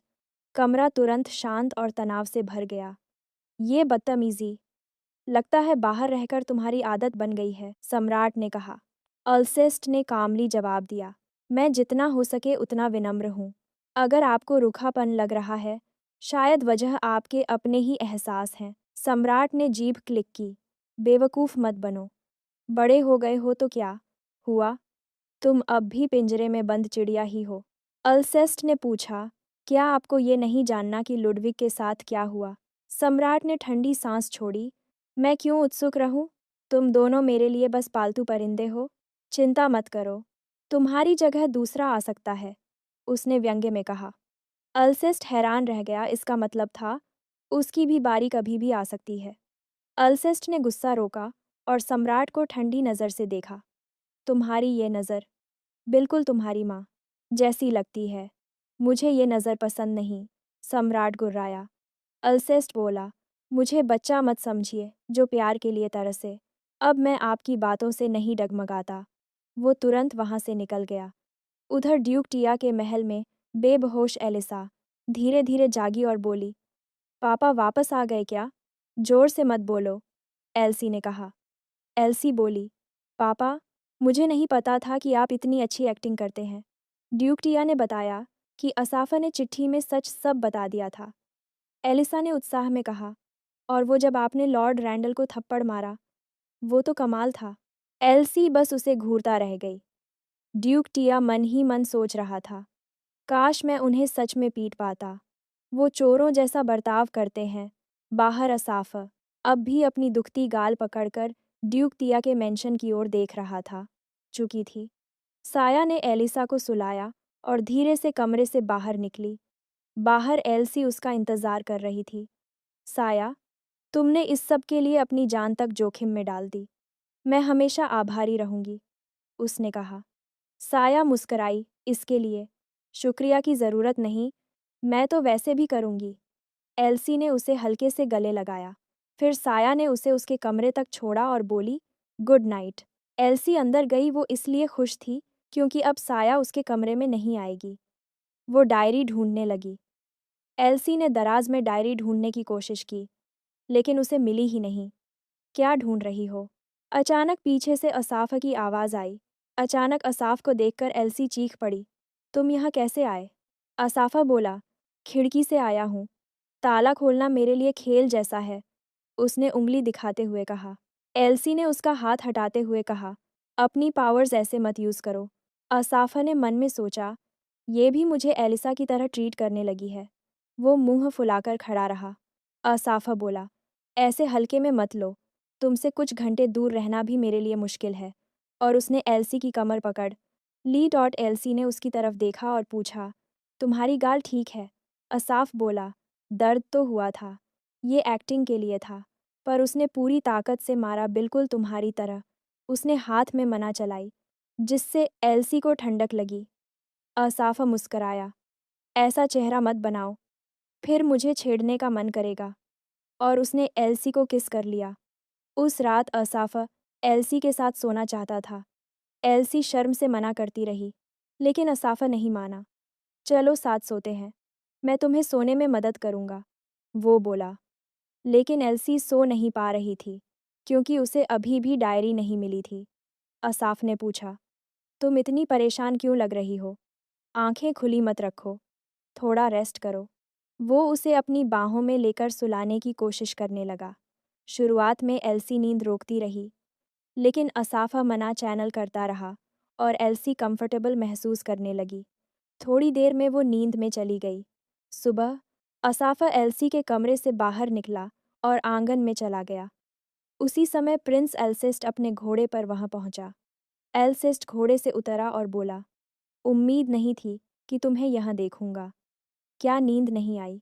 असाफा बोला, नहीं, तुम्हारा इंतजार नहीं कर रहा था, और हल्का सा मुस्करा दिया। फिर उसने पूछा, 20 साल बाद सम्राट से मिलकर कैसा लगा? कहीं उस पर गुस्सा तो नहीं निकाला? एल्सेस्ट ने बताया, मैंने कुछ देखा सुना तो नहीं, लेकिन महसूस हुआ उसके कमरे में जैकिलियन की बदबू भरी हुई थी। उस सुबह असाफा, ड्यूक टिया और प्रिंस अल्सेस्ट अपनी योजना पर चर्चा करने बैठे। शैतान की बू, ड्यूक टिया बोले, लेकिन उसे महसूस करने वाले तुम अकेले हो। पृष्ठ भी इसे नहीं पकड़ पाएंगे। हम इसे सबूत की तरह इस्तेमाल नहीं कर।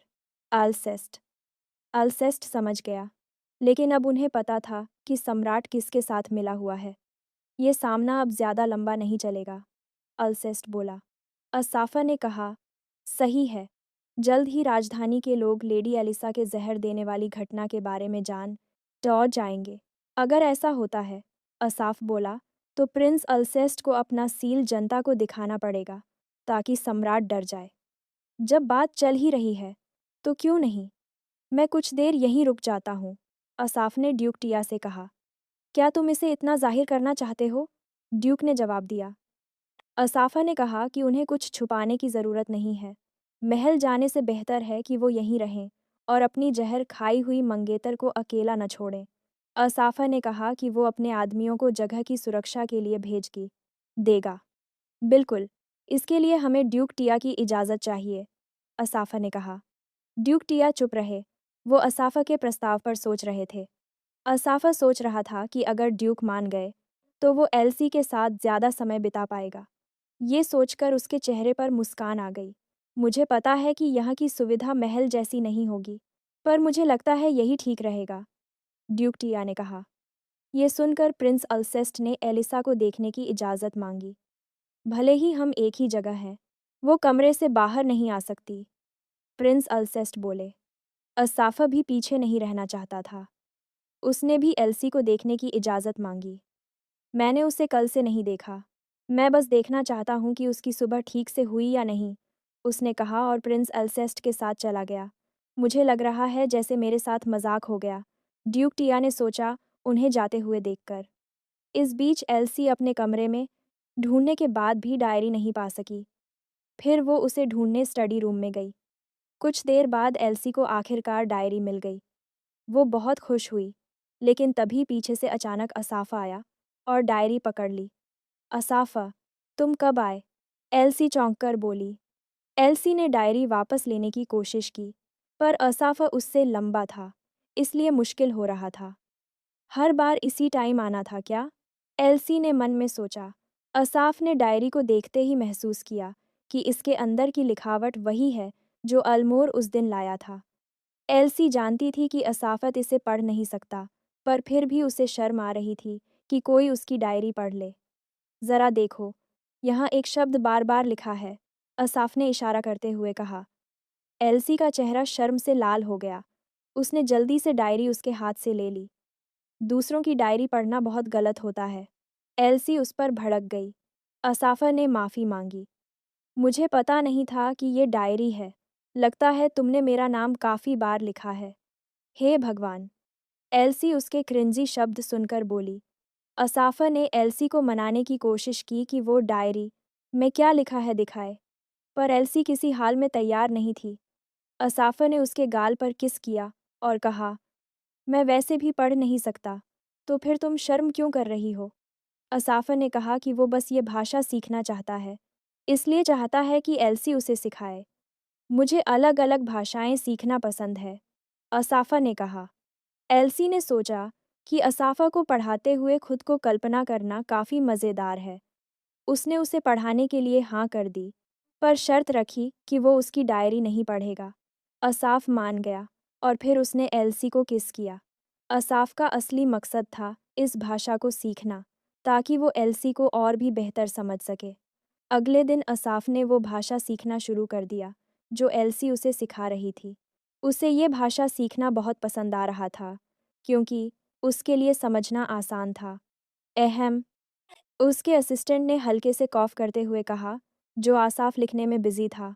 अच्छा, हाँ, अगर तुम्हारा काम हो गया है तो तुम घर जा सकते हो, आसाफ ने कहा। ड्यूक टिया काफ़ी देर से आपका इंतज़ार कर रहे हैं, असिस्टेंट ने फुसफुसाकर कहा। आसाफ ने तुरंत ड्यूक टिया की तरफ देखा। उसे तो याद ही नहीं रहा था कि आज उसका ड्यूक टिया के साथ प्लान था। ड्यूक टिया ने कहा था कि आराम से आना, मैं तुम्हारा वेट कर लूँगा। नहीं नहीं, मैं अभी निकल ही रहा था, आसाफ ने गिल्ट महसूस करते हुए कहा। भीड़ के बीच से गुजरते हुए आसाफा और ड्यूक टिया ने लोगों की फुसफुसाहट सुनी। पता है, ड्यूक टिया की दूसरी बेटी पैरालिसिस हो गई है, अनीशा की जड़ की वजह से, किसी ने कहा। लगता है ये बात पूरे पैलेस में फैल गई है, आसाफा ने धीमे से कहा। हाँ, उस दिन सील हंटिंग रुक गई थी, लेकिन अनजान चीज़ों का डर अफवाहें बढ़ा देता है, ड्यूक टिया ने जवाब दिया। सेस्ट, तुम यहाँ हो। मैं तुम्हारा ही इंतज़ार कर रहा था, प्रिंस अल्सेस्ट ने आसाफ और ड्यूक टिया को देखते हुए कहा। घर लौटते वक़्त कैरेज में बैठकर प्रिंस अल्सेस्ट ने एक चिट्ठी ड्यूक टिया को दी। ये चिट्ठी खुद सम्राट की है, ड्यूक टिया ने खोलते ही कहा। अल्सेस्ट ने सिर हिलाकर इशारा किया। हाँ। पढ़ने से पहले ही सिर दर्द शुरू हो गया है। ड्यूक टिया ने लंबी सांस छोड़ी। चिट्ठी पढ़ने के बाद आसाफ को अपनी आंखों पर यकीन नहीं हुआ। वो चाहते हैं कि तुम कल मुख्य सभा में आओ, आसाफ ने प्रिंस अल्सेस्ट से कहा। हाँ, तुम जानते हो, उस मीटिंग में साम्राज्य के सबसे अहम फैसले होते हैं, अल्सेस्ट ने कहा। उसे एक ऊंचे रैंक वाले नोबल के साथ मीटिंग में बैठना था। सम्राट क्या सोच रहे हैं, समझ नहीं आता। प्रिंस लुडविग तक को उस बैठक में नहीं बुलाया गया, ड्यूक टिया ने कहा। मैं भी कंफ्यूज हूँ, प्रिंस अल्सेस्ट ने कहा। मीटिंग में बुलाने का मतलब था। सम्राट उसे बाकायदा राजकुमार मान रहे थे, वो भी एक बड़े नोबल के सामने। शायद सम्राट हमें सभा में व्यस्त रखकर जेकेलियन को खुलकर कदम उठाने मौका देना चाहता है, आसाफ ने सोचा। ड्यूक टिया भी यही महसूस कर रहे थे कि सम्राट की इस चाल में कुछ तो गड़बड़ है, लेकिन आदेश तो मानना ही था। ये सोच सोचकर तीनों परेशान हो गए कि सम्राट आखिर क्या प्लान कर रहे हैं। सोचने से क्या होगा, अगर शेर पकड़ना है तो उसकी गुफा में जाना ही पड़ेगा। हो सकता है ये मौका हमारे लिए दो काम एक साथ निपटाने का हो, आसाफ ने कहा। प्रिंस अल्सेस्ट और ड्यूक टिया ने आसाफ की बात पर सिर हिलाकर हामी भरी। कुछ देर बाद वे ड्यूक टिया के रेजिडेंस पहुंच गए। अल्सेस्ट ने अच्छा दामाद बनने की कोशिश में ड्यूक टिया को कैरेज से उतरने में मदद की। आसाफ इसे देखकर मुस्कुराया और ड्यूक टिया को अल्सेस्ट के हाथों उतरते देखकर आसाफ हल्के से हंसा, मानो मन ही मन सोच रहा हो कि अल्सेस्ट हर हाल में सबसे अच्छे दामाद की इमेज बनाए रखने की कोशिश कर रहा है। वो खुश था कि उसने ड्यूक टिया का ध्यान खींच लिया, क्योंकि आज वो हमेशा की तरह नहीं बल्कि देर से पहुंचे थे। सीधे खाना शुरू कर देना चाहिए, आसाफ ने दोनों से कहा। ड्यूक टिया ने प्रिंस ऑलसेस्ट की तरफ देखा, उनकी राय जानना चाहते हुए। मैं पहले एलिसा के रूम में जा रहा हूँ, मैं उसके साथ ही खाऊंगा, प्रिंस ऑलसेस्ट ने कहा और चले गए। प्रिंस ऑलसेस्ट ने कहा और चले गए। नाराज मत हो, वो लेडी एलिसा का ख्याल रख रहा है क्योंकि वो पूरे दिन कमरे से बाहर नहीं आई, असाफ ने ड्यूक टिया से कहा। लेकिन उसे तुम्हारे महसूस करने का भी थोड़ा ध्यान रखना चाहिए था। तुम अपनी बेटी का चेहरा भी सिर्फ तब देख पाते हो जब वो सो रही होती है, असाफ ने आगे कहा। ड्यूक टिया इस बात के लिए सच में आभारी था। सच कहूँ तो मुझे लगने लगा है कि शायद मैं उनके बीच आ रहा हूँ, ड्यूक टिया ने कहा। ठीक है, मैं ऊपर जाकर एल्सी को ले आता हूँ, असाफ ने कहा। असाफ ने दरवाजे पर नॉक किया, फिर अंदर जाकर पुकारा, एल्सी। एल्सी शॉवर ले रही थी। उसने असाफ से कहा कि वो थोड़ा इंतजार करे। असाफ नीचे जाने ही वाला था कि उसकी नज़र टेबल पर रखी एल्सी की डायरी पर पड़ी। वो देखने की कोशिश कर रहा था, लेकिन अंदर लिखा पढ़कर वो चौंक गया। तुमने सब सही हल किया, एल्सी ने असाफ की तारीफ की, क्योंकि उसने उसके बनाए सारे सवाल सही हल कर लिए थे। लेकिन असाफ चुप था, जैसे उसने सुना ही नहीं। एल्सी ने उसे ध्यान से देखा। आमतौर पर असाफ उसकी तारीफों पर खुश होकर मुस्कुराता था। क्या हुआ, कुछ परेशान कर रहा है, एल्सी ने पूछा। असाफ थोड़ा रुका, फिर बोला, तुमने कहा था कि तुम मेरे बारे में सपने देखती थी, क्या वो तुम्हारा गिफ्ट है? सपना देखना खुद गिफ्ट नहीं है लेकिन उसका हिस्सा है, एल्सी ने जवाब दिया। असाफ फिर चुप हो गया। उसे वो बातें याद आने लगीं जो एल्सी ने पहले बताई थीं। उसके बुरे सपने। मैंने कभी शक क्यों नहीं किया कि ये तुम्हारे गिफ्ट की वजह से था? असाफ ने सोचा। फिर उसने पूछा, तुम्हें कैसे पता चला कि जब मैं छोटा था मेरे घर में आग लगी थी और उस हादसे में ड्यूक भी शामिल था? एल्सी के हाथ से पेपर गिर गया। उसे समझ नहीं आया कि असाफ को ये सब कैसे पता चला। एल्सी की हैरानी देखकर असाफ ने कहा, सच बताओ, तुम इतने सालों से क्या छुपा रही हो? एल्सी अब सच छुपा नहीं सकती थी। उसने कहा कि उसने असाफ को पहली बार सपनों में तब देखा था जब वो 5 साल का थी, फिर 10 साल का होने पर भी। पूरे 1 साल, हर रात तुम मेरे सपनों में आते थे, एल्सी बोली। मैंने वो जिंदगी देखी जो तुमने जी थी। असाफ ये सुनकर हैरान रह गया। तुमने वो सब देखा? वो सारी दर्दनाक और डरावनी चीजें? वो बोल नहीं पा रही थी। माफ करना, मुझे पता है तुम कभी नहीं चाहते थे कोई ये सब देखे, और मुझे पता है कि वो यादें कितनी भयानक थीं, एल्सी ने कहा। हम पहली बार मिले थे, तब से तुम्हें मेरे बारे में सब पता था। असाफ आंसू रोकते हुए बोला, क्या तुम्हें पता था कि मैं तुम्हारा इस्तेमाल करना चाहता था? और मैंने तुम्हें मारने की भी कोशिश की थी। तुम्हें पता था कि मैं कैसा इंसान हूँ, कितना गंदा। असाफ चिल्लाया, अपनी भावनाओं पर काबू न रख पाते हुए। मैं कितना गंदा और डरावना हूँ। इतने सारे लोगों में एल्सी ही अकेली थी जिसे वो अपने अतीत के बारे में नहीं बताना चाहता था। असाफ, ऐसा मत कहो, तुम बिल्कुल गंदे नहीं हो, एल्सी ने कहा और उसकी तरफ बढ़ी। एल्सी ने कहा कि उसे अजीब लगता था कि वो असाफ के पास इतना आराम क्यों महसूस करती है, जबकि असाफ हर रात उन दुस्वप्नों से परेशान होता था। सभी डरावनी हेलुसिनेशंस जो उसे सताती थीं, अचानक गायब हो गईं। असाफ ने अपनी ग्रीफ रोकते हुए कबूल किया कि उसने एल्सी को दुहक दिया। एल्सी ने उसे शांत होने को कहा और डांटा कि वो उसकी बातें नहीं सुन रहा था। माफ करना, जे, मुझे लगा मैं तुमसे प्यार करता हूँ। तुम मेरे लिए सबसे कीमती हो, लेकिन मैंने तुम्हें इतना बर्बाद कर दिया कि खुद को माफ नहीं कर सकता, असाफ ने कहा और घुटनों पर बैठकर माफी मांगी। एल्सी ने उसे गले लगा लिया। मैं तुम्हें बहुत याद करती थी, इतना कि कम से कम सपनों में तुम्हें देख सकूं, उसने कहा। मैं हमेशा तुम्हारे साथ रहना चाहती थी। मैं चाहती थी कि तुम घुटने टेककर मेरा हाथ पकड़ो, इसलिए मुझे अब दूर मत करो, एल्सी ने कहा। मैं कहीं नहीं जा रही। चाहे तुम मुझे दूर करना चाहो, मैं तुम्हें नहीं छोड़ूंगी। मैं तुमसे प्यार करती हूँ। मैं वादा करती हूँ कि हमेशा प्यार करती रहूंगी, उसने जोड़ा। फिर उसने असाफ को गले लगाया और किस किया। अगले दिन सेंट्रल कॉन्फ्रेंस हॉल में प्रिंस ऑलसेस्ट की मौजूदगी ने सभी नोबल्स को हैरान कर दिया, क्योंकि सम्राट ने कभी प्रिंस लुडविग को किसी मीटिंग में बुलाया ही नहीं था। एक नोबल ने कहा, शायद वो ताज उसी को देने की सोच रहे हैं। दूसरे ने कहा, नतीजा मत निकालो, ये पिता और बेटा के बीच की बात है। उसने उसे 5 साल की उम्र में घर से निकाल दिया और 20 साल से बुलाया ही नहीं। कुछ ही देर बाद सम्राट आए। उन्होंने कहा, प्रेमिसा का आशीर्वाद आप सब पर बना रहे। फिर अपनी जगह बैठ गए। मंत्री बोलने ही वाले थे कि सम्राट ने उन्हें रोका। रुको, उससे पहले मुझे कुछ कहना है। फिर प्रिंस ऑलसेस्ट को आगे बुलाया। यहाँ आने से पहले तुम्हारे दिमाग में बहुत कुछ चल रहा होगा।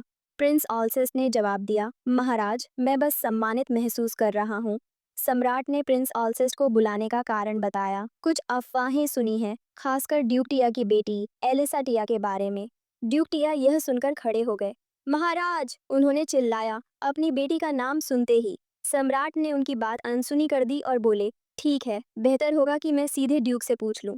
क्या ये सच है कि आपकी बेटी को जहर दिया गया?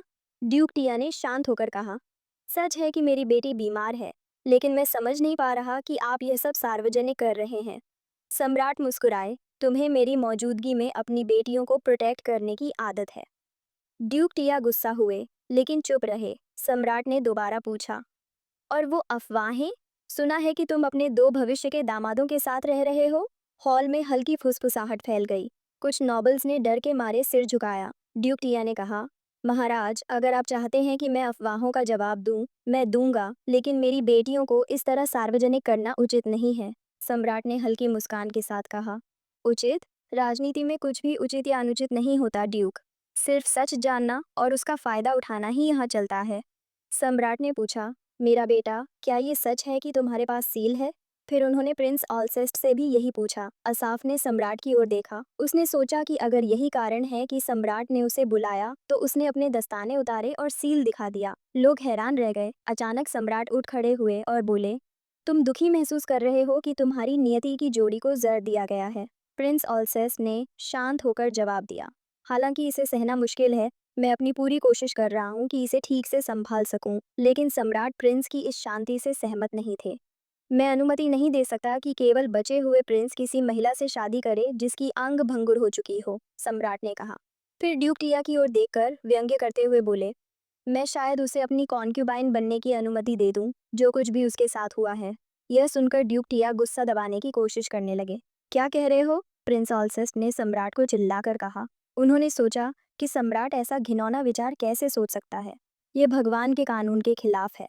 सम्राट ने कहा, मुझे उस श्राप की परवाह नहीं। वह अब लार्वा जैसी हो गई है, हिलने डुलने की भी शक्ति नहीं। बचपन से शेष जीवन वह बिस्तर पर ही रहेगी। तुम क्या कर सकते हो? प्रिंस ऑल्सेस्ट ने गुस्से में जवाब दिया, क्या मुझे उस जादूगर से भीख मांगनी चाहिए जिसने उसे जहर दिया, या आपको? सम्राट को यह सुनकर गुस्सा आया और उन्होंने प्रिंस ऑल्सेस्ट के चेहरे पर थप्पड़ मारा। असाफ आगे बढ़कर सम्राट को शांत करने की कोशिश करने लगा। महाराज, भले ही आप अलग हैं, वह अभी भी आपका बेटा है। लेकिन सम्राट ने उसकी नहीं सुनी और कैंडल होल्डर उठाकर असाफ के सिर पर मारा। तुम यहाँ रहने के लायक नहीं हो, सम्राट ने कहा। यह घटना वहाँ मौजूद सभी लोगों ने देखी। सम्राट ने गार्ड्स को बुलाया कि असाफ और प्रिंस को बाहर निकाल दें, लेकिन प्रिंस ऑल्सेस्ट ने आराम से कहा, जरूरत नहीं, हम खुद निकलेंगे। फिर उसने असाफ के साथ कमरे से बाहर निकलते हुए योजना बनाने की ठानी। प्रिंस ऑल्सेस्ट, एंजेला और ह्यूई उस समय सम्राट के महल की ओर जा रहे थे। सम्राट उस समय वहां नहीं थे, इस अवसर का फायदा उठाया और ऐसा सबूत ढूंढने की कोशिश की जो सम्राट को गिरा सके। प्रिंस ऑल्सेस्ट महल के कमरे में प्रवेश करने ही वाला था कि गार्ड ने उसे रोक दिया। तुमने मुझे रोकने की हिम्मत कैसे की? प्रिंस ने गार्ड से कहा। मैं यहाँ सम्राट के आदेश पर हूँ, क्या आप उनकी अवज्ञा कर रहे हैं? गार्ड ने विश्वास नहीं किया, क्योंकि उन्होंने सम्राट का आदेश नहीं सुना था। एंजेला ने कहा, योर हाइनेस, उन्हें हम पर छोड़ दें, आपको जाने की जरूरत है। लेकिन प्रिंस ऑल्सेस्ट ने उन्हें रोका। गार्ड केवल सम्राट के आदेश का पालन कर रहे थे, कोई नुकसान न हो। एक गार्ड ने कहा, योर हाइनेस, हम अब और नहीं देख सकते कि आप क्या कर रहे हैं। लेकिन प्रिंस ऑल्सेस ने उसकी नहीं सुनी। फिर उसने अपनी माना की शक्ति से एक बाधा बना दी। यह इतनी मजबूत थी कि गार्ड्स कुछ नहीं कर सके। जुड़वा सम्राट के कमरे में दाखिल हुए। प्रिंस ऑल्सेस ने अपनी नाक ढक ली, क्योंकि कमरे में शैतान के निशानों की तेज गंध फैली हुई थी। वह बहुत संवेदनशील था और अगर उसे यह गंध आती तो वह बहुत परेशान हो जाता। एंजेला ने प्रिंस ऑल्सेस्ट की ओर इशारा करते हुए कहा, इस दीवार के पीछे एक गुप्त रास्ता है। वह दीवार को धक्का देती है और उन्होंने नीचे जाने का रास्ता खोल दिया। इस बीच जैकेलियन शिकार की तलाश कर रहा था, लेकिन उसने किसी इंसान को नहीं देखा। सब चले गए, सिर्फ लोग ही नहीं, उनकी सील की गंध भी नहीं, उसने कहा। तभी असाफ अचानक सामने प्रकट हुआ, अपनी बाहरी शर्ट उतारते हुए। मैं तुम्हारा इंतजार कर रहा था, असाफ ने खुशी से कहा। मुझे भी तुम्हें देखने की बड़ी लालसा थी। जैकेलियन गुस्से में बोला, ये बिल्कुल तुम्हारी तरह नहीं है। क्या तुम समय खींच रहे हो? असाफ ने जवाब दिया, मुझे लगता है तुम्हें याद नहीं कि मैंने क्या कहा था। मैंने साफ कर दिया था कि जब तुम यहाँ आओगे तो मैं तुम्हें मार दूंगा। फिर असाफ ने हमला किया, लेकिन जैकेलियन ने हमला आसानी से रोक दिया। ये चाल अब मुझ पर काम नहीं करती, वह मुस्कुराते हुए बोला। असाफ खड़ा होने की कोशिश करता है और महसूस करता है कि जैकेलियन पहले से भी मजबूत है। जैकेलियन लगातार हमला करता है। असाफ की तलवार इतनी मजबूत नहीं थी कि उसे रोक सके।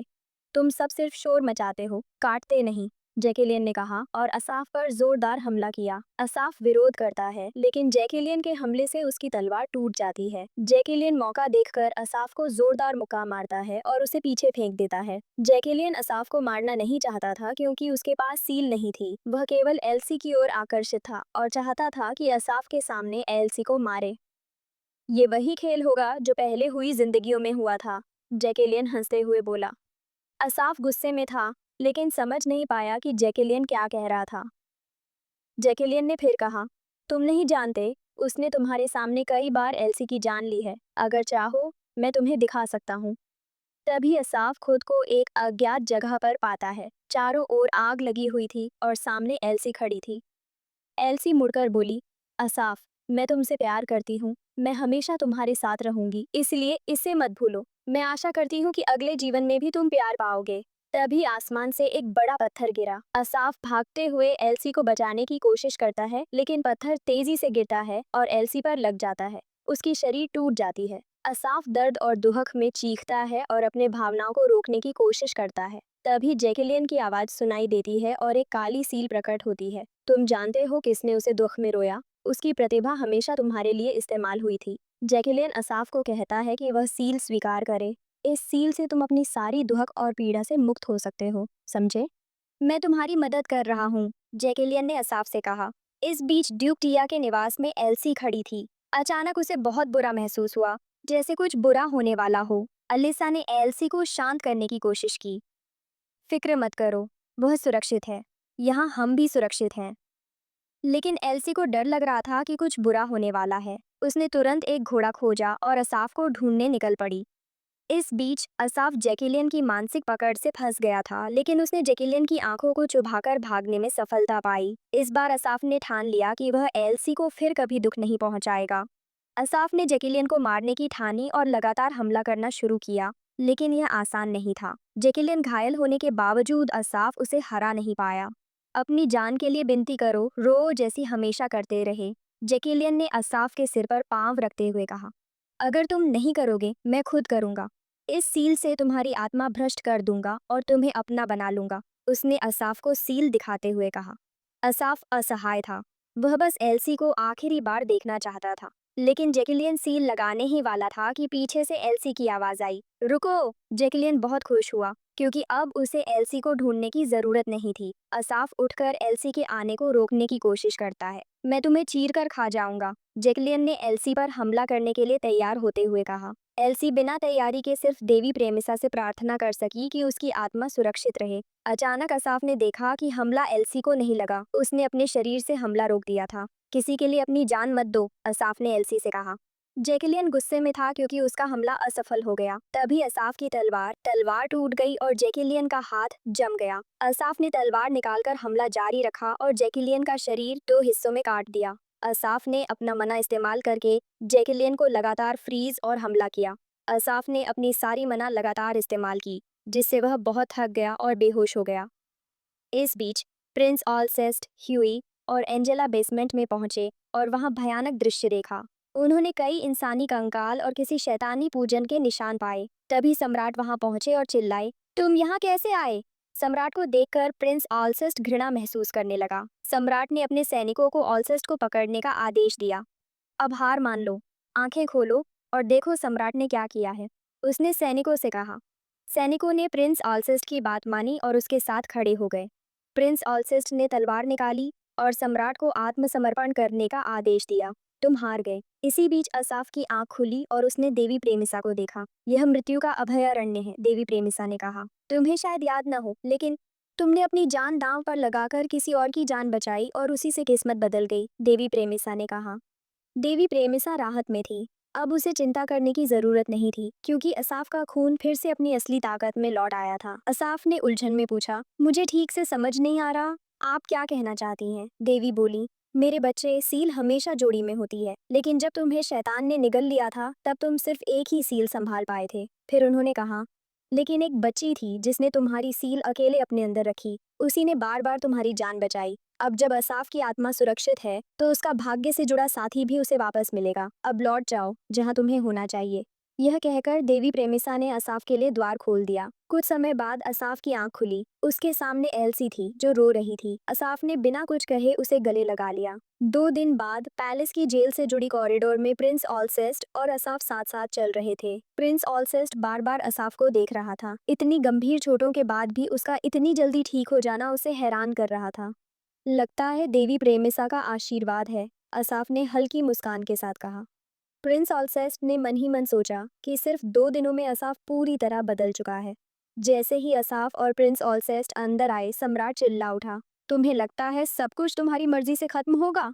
वह प्रिंस ऑलसेस्ट को डराने की कोशिश करने लगा। तुम्हें पता है अनीशा की जड़ का एंटीडोट किसके पास है? उसने कहा। प्रिंस ऑलसेस्ट ने शांत होकर जवाब दिया, एंटीडोट?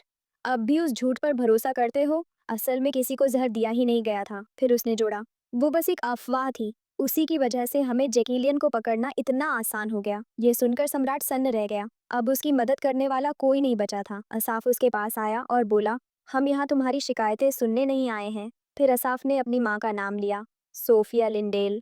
सम्राट एकदम चौंक गया। उसके दिमाग में अतीत की तस्वीर उभर आई। वह दिन जब उसने रास्ते में एक खूबसूरत औरत को देखा था जो सिल्विया जैसी लगती थी, और उसी पल से असाफ के परिवार की जिंदगी बिखरने लगी थी। सम्राट हंस पड़ा। उसे यकीन नहीं हो रहा था कि उस औरत का बेटा आज भी जिंदा है। तो तुम उसी नीच औरत के बेटे हो, इसलिए मेरे खिलाफ साजिश रची? उसने तंज किया। असाफ ने शांत लेकिन ठंडे लहजे में कहा, मुझे बदला नहीं चाहिए। बस यही चाहता हूँ कि तुम इस अंधेरी जेल में पूरी जिंदगी अकेले तड़पते रहो। यह कहकर असाफ मुड़ा और बाहर की ओर चल पड़ा। फिर उसने प्रिंस ऑलसेस्ट से कहा कि यहाँ आने का उसका मकसद पूरा हो चुका है। अब कोई भी तुमसे मिलने नहीं आएगा। अलविदा, प्रिंस ऑलसेस्ट ने कहा और असाफ के साथ जेल से बाहर निकल गया। दूसरी तरफ एल्सी देवी प्रेमिसा की मूर्ति के सामने प्रार्थना कर रही थी। प्रार्थना खत्म करने के बाद जैसे ही वह जाने लगी, पीछे से असाफ की आवाज सुनकर रुक गई। तुम यहाँ कब आए? एल्सी ने असाफ की तरफ बढ़ते हुए पूछा। असाफ ने मूर्ति की तरफ देखा और कहा कि उसे कुछ कहना है, और उसे लगा कि यही सही जगह है। असाफ घुटनों पर बैठ गया और उसने एक अंगूठी निकाली जिसका रंग बिल्कुल एल्सी की आंखों जैसा था। एल्सी, तुम हमेशा मेरी पहली रही हो, असाफ ने कहा। तुम पहली औरत हो जिससे मैंने प्यार किया, पहली इंसान हो जिसने मेरी जान बचाई, और पहली हो जो सिर्फ मेरी होगी। क्या तुम हमेशा मेरे साथ रहोगी? असाफ ने एल्सी से पूछा। एल्सी इस प्रस्ताव से बेहद खुश थी। वह असाफ से बहुत प्यार करती थी, इसलिए उसने बिना सोचे हाँ कह दी। असाफ एल्सी के और करीब आया और दोनों ने देवी प्रेमिसा की मूर्ति के सामने एक दूसरे को किस किया। और उस पल असाफ सच में खुश था, क्योंकि आखिरकार वह एल्सी के साथ रह पाया था। 1 साल बाद असाफ के घर में उस सुबह असाफ की नींद खुली। उसने एल्सी के हाथ को चूम लिया। ठीक से सोई? असाफ ने पूछा जब उसने एल्सी को जागते देखा। असाफ ने एल्सी को गले लगाया और बोला, अब भी नींद आ रही है? चलो थोड़ा और सो लेते हैं। एल्सी को असाफ की बाहों में सुकून महसूस हो रहा था, लेकिन उन्हें उठना पड़ा क्योंकि उस दिन पूरा परिवार साथ में लंच करने वाला था। असाफ ने एल्सी को उठाया और कहा कि नहाने का पानी तैयार है। असाफ ने अपना चोगा उतार दिया। उसका मजबूत शरीर देखकर एल्सी ने शर्म से आंखें बंद कर लीं। रुको, एल्सी ने शर्माते हुए कहा। कपड़े क्यों उतार रहे हो? नहाने के लिए उतारने पड़ते हैं, कपड़ों के साथ कैसे नहाऊं? असाफ ने मुस्कुराकर जवाब दिया। तुम चाहे आंखें बंद कर लो, मुझे पता है तुमने देख लिया, उसने चिढ़ाया। मैंने कुछ नहीं देखा, एल्सी ने लाल चेहरा छुपाते हुए कहा। असाफ ने एल्सी को उठाया और दोनों साथ नहाने चले गए। नहाने के बाद वे लंच के लिए निकल पड़े। लगता है हम देर से आ गए हैं, सब भूखे होंगे, गाड़ी से उतरते हुए एल्सी ने कहा।